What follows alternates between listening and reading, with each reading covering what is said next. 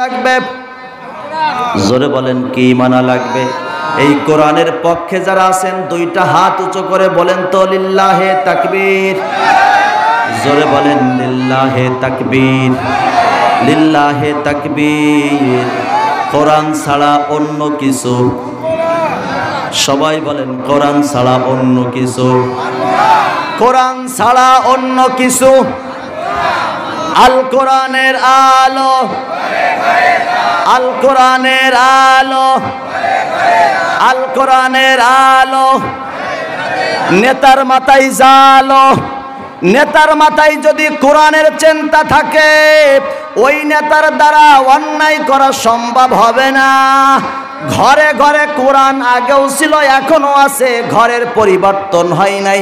কিন্তু নেতার মাথায় যদি কোরআনের চিন্তা থাকে ওই নেতার মাধ্যমে কোরআন দিয়ে সমাজ পরিবর্তন করা সম্ভব। কথা বলেন ঠিক কিনা? এই জন্য আগামী দিনের স্লোগান হবে আল কোরআনের আলো, নেতার মাথায় জালো। বলেন আল কোরআনের আলো, আল কোরআনের আলো। রাগ করলেন না? এবারে আমাদের নেতাদেরকে কোরআনওয়ালা দরকার আছে না? কোরআনওয়ালা নেতার দরকার আছে না? আমাদের বর্তমান যিনি সংসদ সদস্য তিনি কি কোরআনওয়ালা? ঠিক না? বর্তমান সংসদ সদস্য যিনি তিনি হাফেজে কোরআন। তিনি কি হাফেজে কোরআন?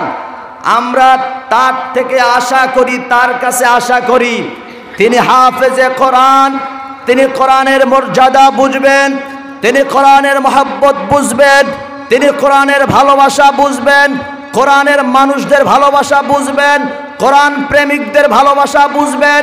আমরা মনিরামপুরে দ্বিতীয় আর একটা কোরআনওয়ালাদেরকে, কোন আলেমদেরকে অন্তত পক্ষে মনিরামপুর থানায় অপমানিত লাঞ্ছিত হতে দেখতে চাই না। কারা কারা দুই হাত তুলে আল্লাহরে দেখাই দেন, হাত নামান। তাহলে আমরা যা চেয়েছি তাই পেয়েছি, ঠিক না? মনিরামপুরবাসী যা চেয়েছে তাই পেয়েছে। আমরা দোয়া করি এই নেতার মধ্য দিয়ে যেন আল্লাহ তাআলা এই মনিরামপুরবাসীকে, এই মনিরামপুরের মাটিকে কোরআনের ঘাঁটি বানিয়ে দেন। বলেন আমিন। এই নেতার মধ্য দিয়ে যেন আমরা এই মনিরামপুরবাসীকে, এই মনিরামপুরের মাটিকে ইসলামের ঘাঁটি হিসাবে পরিণত করতে পারি। জোরে বলেন আল্লাহুম্মা আমিন। আমাদের পার্শ্ববর্তী থানা কেশবপুর থানার যিনি এমপি, যিনি সংসদ সদস্য, তিনিও 21 পারা কোরআনের হাফেজ। কয় পারা? 21 পারা কোরআনের হাফেজ। মাত্র 27 বছর বয়স, তার মানে আমার থেকে জুনিয়র। এখন এই ব্যক্তি তাফসীর মাহফিল দিচ্ছে, আর এক শ্রেণী তার বিরোধিতা যারা করে আসছে এতদিন যাবত, আজকেও সেই অনুসারীরা, সেই দলের অনুসারীরা কোরআনের মাহফিল বন্ধের জন্য পায়তারা করতেছে। আমরা মনিরামপুর, কেশবপুর সহ সারা বাংলাদেশে কোরআনের তাফসীর বন্ধ হবে, এটা কোনো মুসলমান মেনে নিতে পারে না, মানতে পারে না। বরঞ্চ যারা কোরআনের ময়দানে কোরআনের তাফসীর বন্ধ করতে আসবে তাদের হাত ভেঙে দিতে হবে। কারা কারা রাজি আছেন? দু হাত তুলে আল্লাহরে দেখাই দেয়।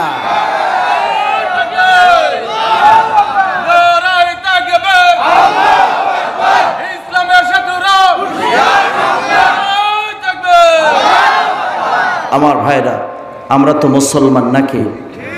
আমরা মুসলমান না? আমি 100-তে 100, 100% ওভার শিওর এই মাহফিল কোনো অমুসলিমের বাচ্চা বাধা দিতে আসে না। এই কোরআনের ময়দানে কোরআনের মাহফিল, তাফসীর মাহফিল কোনো হিন্দু বাধা দিতে আসে না, কোনো খ্রিস্টান বাধা দিতে আসে না, কোনো বৌদ্ধ বাধা দিতে আসে না। এই কোরআনের মাহফিল কিছু নামধারী মুসলমান নামের মুনাফিক, কফি মুনাফিক মুসলমান, এরাই কেবলমাত্র কোরআনের ময়দানে বাধা দিতে আসে। কথা বলেন ঠিক কিনা? এই সমস্ত মুনাফিকদেরকে চিহ্নিত করার দরকার। এই মুনাফিকগুলো কারা? অন্তত পক্ষে এরা মারা গেলে এদের জানাজায় কোনো মুসলমান অংশ নিতে পারবে না, পারবে না, পারবে না। যদি সমাজের চাপেও জানাজায় অংশ নিতে হয় তাহলে উজু ছাড়া যেতে হবে। কথা বলেন ঠিক কিনা? আসুন আমার ভাইয়েরা, আমি মূল আলোচনার ভিতরে চলে যাই। আল্লাহ রাব্বুল আলামিন কোরআনুল কারীমের ভিতরে জানিয়ে দিলেন, বান্দা আমি তোমাদেরকে সৃষ্টি করেছি এই পৃথিবীতে শুধুমাত্র তোমাদের জীবনটারে দুনিয়া রঙে রঙিন করার জন্য না। এই দুনিয়ায় তোমাদেরকে সৃষ্টি করেছি তোমার জীবনটা দুনিয়ার সঙ্গে, দুনিয়ার তামাশার সঙ্গে মিটাই দেওয়ার জন্য না। আল্লাহ বললেন, অকুল্লা ইনসানিন আলজামনাহু তাইরাহু ফি উনুকিহি লাহু অনুখরিজু লাহু ইয়াউমাল কিয়ামাহ। আল্লাহ বললেন, সেদিন আমি এই বান্দার দুনিয়ার জিন্দেগিতে যত আমল করবে, যত খারাপ আমল করবে, এই খারাপ আমলগুলো সেদিন তার কণ্ঠের ভিতরে যে মেমোরি কার্ড আল্লাহ তাআলা সেট করে দিলেন, এই মেমোরি কার্ডের ভিতরে আল্লাহ তাআলা সেদিন সব কিছু তার সামনে ওপেন করে দিবেন। সেদিন তারা দেখবে, মালিক হাদাল কিতাবি লা ইউগাদিরু সগীরাতাও ওয়ালা কাবীরাতান ইল্লা আহসাহা।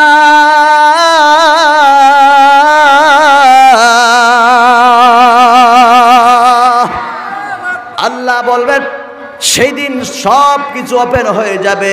ছোট্ট গুনাহ যেটা করেছো সেটাও ওপেন হয়ে যাবে, বড় গুনাহ যেটা করেছো সেটাও ওপেন হয়ে যাবে।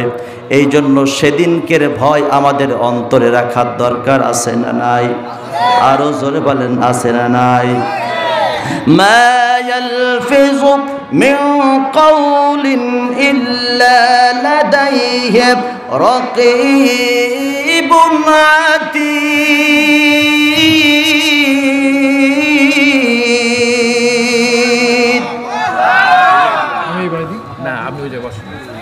কে আসছে? সবাই একটু জিকির করেন, লা ইলাহা ইল্লাল্লাহ। একটু গরম পানি করছেন, লা ইলাহা ইল্লাল্লাহ, লা ইলাহা, একটু গরম পানি ইল্লাল্লাহ, লা ইলাহা ইল্লাল্লাহ, লা ইলাহা ইল্লাল্লাহু মুহাম্মাদুর রাসূলুল্লাহ সাল্লাল্লাহু, জোরে বলেন সাল্লাল্লাহু আলাইহি ওয়াসাল্লাম। এবার আসুন, আমরা যদি মুমিন হতে চাই, মুমিন হওয়ার জন্য আমাদের কোন কোন কাজগুলো করা লাগবে? মুমিন হওয়ার জন্য প্রথমে কি করতে হবে? ইন্নাল্লাযীনা আমানু, বান্দারে ঈমান আনা লাগবে। কি আনা লাগবে? ঈমানদার ছাড়া কি জান্নাতে যেতে পারবে? ঈমান ছাড়া কি জান্নাতে যাওয়া যাবে? তাহলে ঈমান আনতে হলে প্রথমেই কি করা লাগবে? আল্লাহ রাব্বুল আলামিন বললেন, তুমি যদি জান্নাতে যেতে চাও, জান্নাতে যাওয়ার প্রথম শর্ত হলো তোমাকে ঈমান আনতে হবে। ইন্নাল্লাযীনা আমানু, তোমাকে ঈমান আনতে হবে। কি আনতে হবে? ঈমান আনতে হবে। আর ঈমান আনার পরের যে কর্ম, পরের যে কর্মসূচি, এই কর্মসূচির দ্বিতীয় নম্বর কর্মসূচি হলো ইকরা, পড়ো, জ্ঞান অর্জন করো, জানো, বোঝো। এরপরে আল্লাহ রাব্বুল আলামিন বললেন, তুমি ঈমান আনলে, তুমি জ্ঞান অর্জন করলে, জ্ঞান অর্জন করার পরে প্রথম যে কাজটা তোমারে করা লাগবে সেটা হলো আকিমিস, সেই প্রথম কাজটা হলো ওয়া আকিমুস সালাতা, বান্দা তোমারে নামাজ আদায় করা লাগবে। এই নামাজ কায়েম করার ঘোষণা যিনি দিয়েছেন তিনি কে? সবাই বলেন, তিনি কে? বিশ্বনবী আমার মৃত্যুর 5 দিন আগে থেকে কঠিন অসুস্থ হয়ে গেলেন। নবীর শরীরের ভিতরে জ্বর চলে আসলো। নবীজির শরীরে, আস্তে কথা বলা যাবে না, ধীর স্থিরভাবে আস্তে কথা বলা যাবে না, এশারায় কাজ করেন। সাইডে কথা হলে আমার কষ্ট হবে।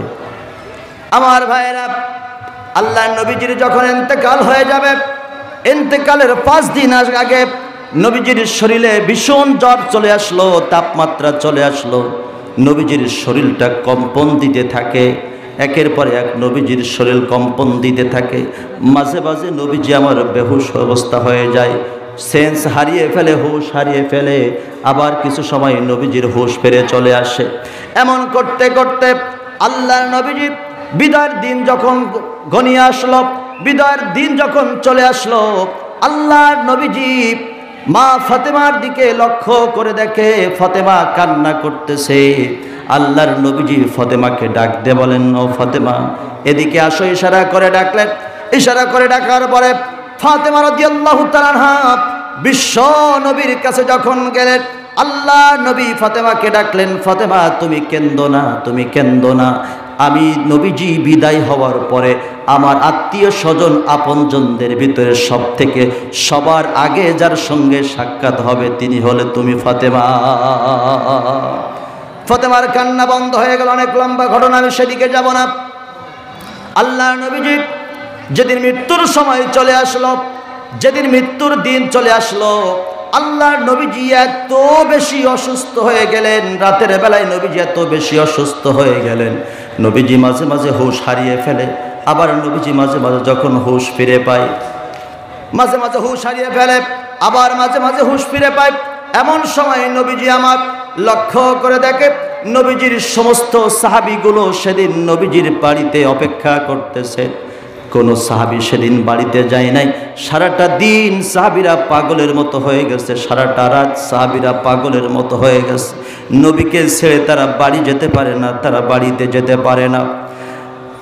এমন সময় হঠাৎ করে আল্লাহ রাব্বুল আলামিন জিবরাইলকে পাঠিয়ে দিলেন।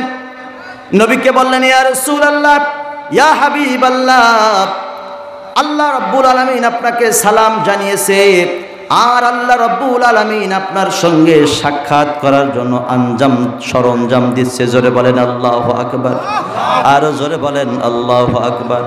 সেই দিন জিবরাইল আলাইহিস সালাতু ওয়াস সালাম বললেন, ও আল্লাহর নবী, আজকের আমার সঙ্গে একজন মেহমান নিয়ে এসেছি, আমার সঙ্গে একজন মেহমানকে সঙ্গে নিয়ে এসেছি। এই মেহমান যখন কারোর ঘরে প্রবেশ করে,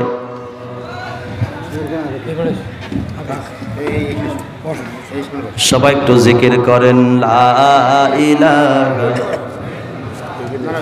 জোরে লা ইলাহা,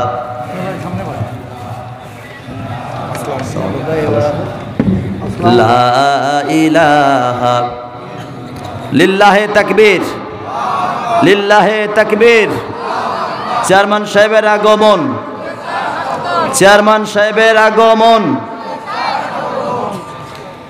চেয়ারম্যান আসাতে আপনারা খুশি না? খুশি কেনা? কারণ কোরআনে জি আলহামদুলিল্লাহ একটা মাহফিল শেষ করে আবার আরেক মাহফিলে এসে বসছেন, তো এরকম সৌভাগ্য কতজনের হয়? অনেক চেয়ারম্যান মাহফিল বন্ধ করে দেয়, আর আপনাদের চেয়ারম্যান একটা মাহফিল শেষ করে আরেকটা মাহফিলে এসে অ্যাটেন্ড করছে। তাহলে বুঝতে হবে আপনাদের চেয়ারম্যান কোরআনের পক্ষের চেয়ারম্যান, আপনাদের চেয়ারম্যান তাফসির মাহফিলের পক্ষের চেয়ারম্যান, আপনাদের চেয়ারম্যান দ্বীনের পক্ষের চেয়ারম্যান। আমরা চাই এই রকম চেয়ারম্যানদের দ্বারাই যেন সমাজে কোরআনের আইন বাস্তবায়ন হয়, এই রকম চেয়ারম্যানদের মাধ্যমে যেন কোরআন দিয়ে সমাজ পরিচালনা হয়। এই কথার সাথে একমত যারা যারা দুই হাত তোলেন তারা তারা।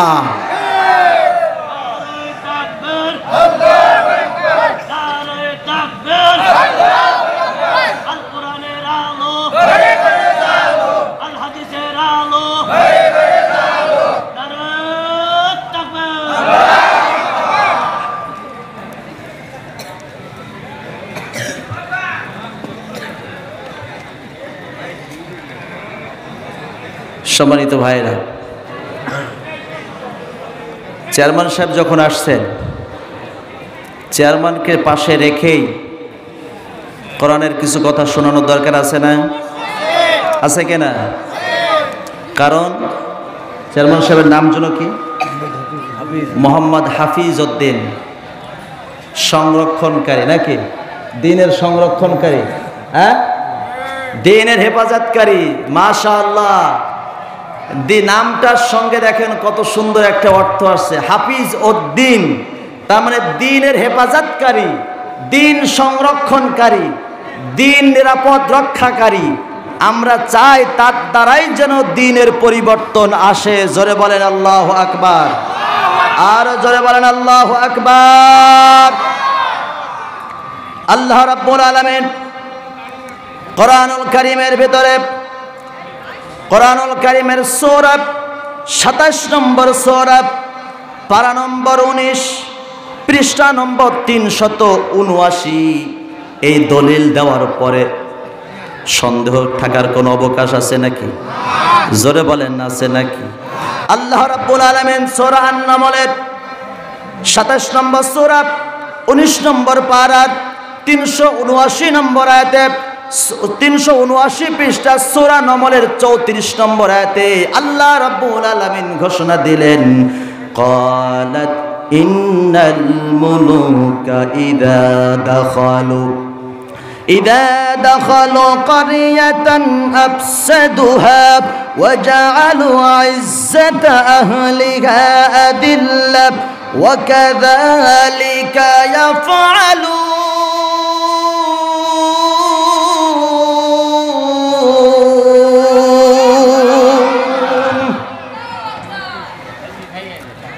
এই সমাজে, এই রহিতা ইউনিয়নে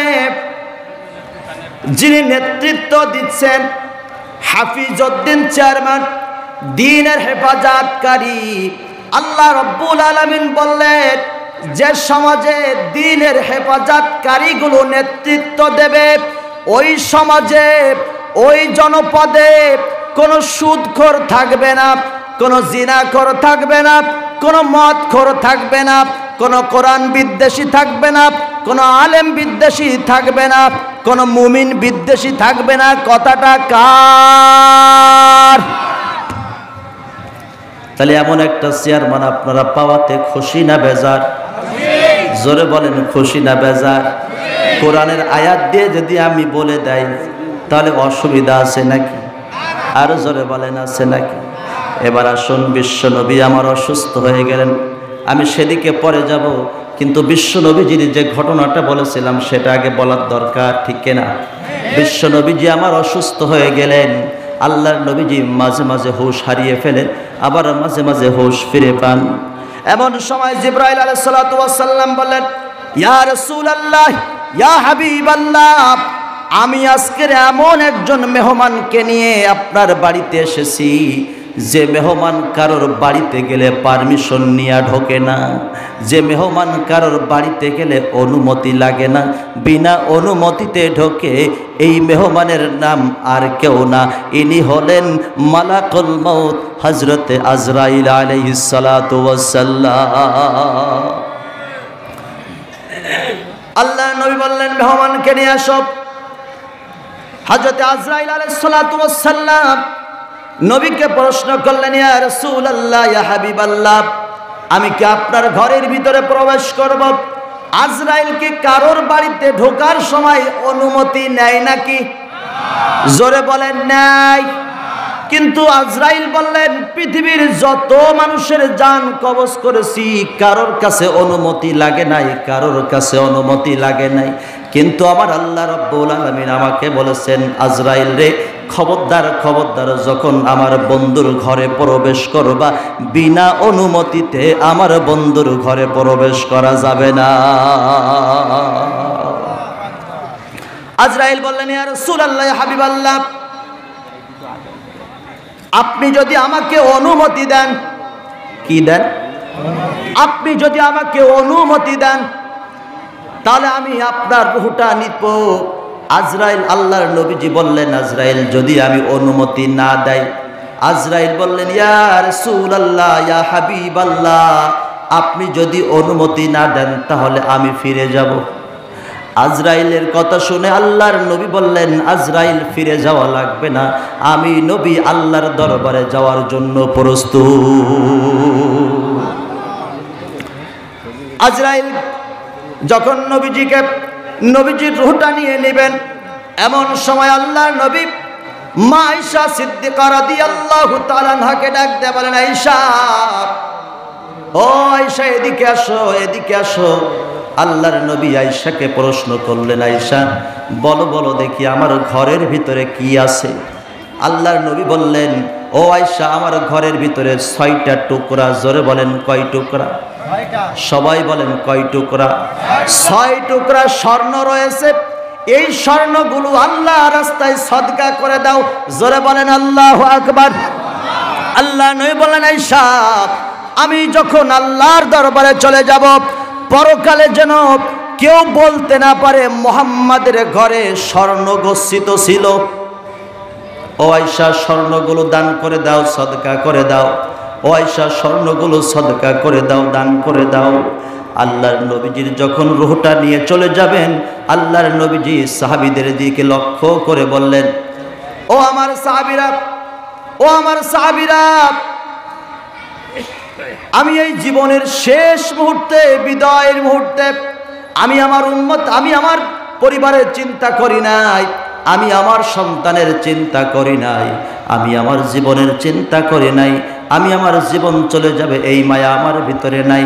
আমি এই জীবনের শেষ মুহূর্তে আমার বান্দাদেরকে ডাক দেয়া বললাম, ও আমার বান্দারা, নামাজ নামাজ নামাজ, ওমা মালাকাত আইমানুকুম, আমার বান্দারা নামাজ। ও আমার বান্দারা তোমরা নামাজ আদায় করবা। যখন যেখানে যে সময় নামাজে রক্ত হয়ে যাবে, বান্দা তোমরা নামাজ ছেড়ে দিবা না। কারণ কিয়ামতের ময়দানে সর্বপ্রথম বান্দার কাছে যে হিসাবটা নেওয়া হবে, এই হিসাবটা হলো নামাজের হিসাব। আউয়ালু মা ইউহাসাবু বিহিল আবদু ইয়াউমাল কিয়ামাতি আস-সালাহ। কিয়ামতের দিন আল্লাহ রাব্বুল আলামিন সর্বপ্রথম বান্দার কাছে নামাজের হিসাব চাবে। এই নামাজ পড়তে আমরা কারা কারা রাজি আছি? 2 হাত তুলে আল্লাহরে দেখান। নামাজ পড়বেন, হাত উঁচা করলেন। কালকের সকালবেলা ইজি বাইক মাইক্রো বাসগুলো ভাড়া করে গদখালি যাবেন কারা কারা?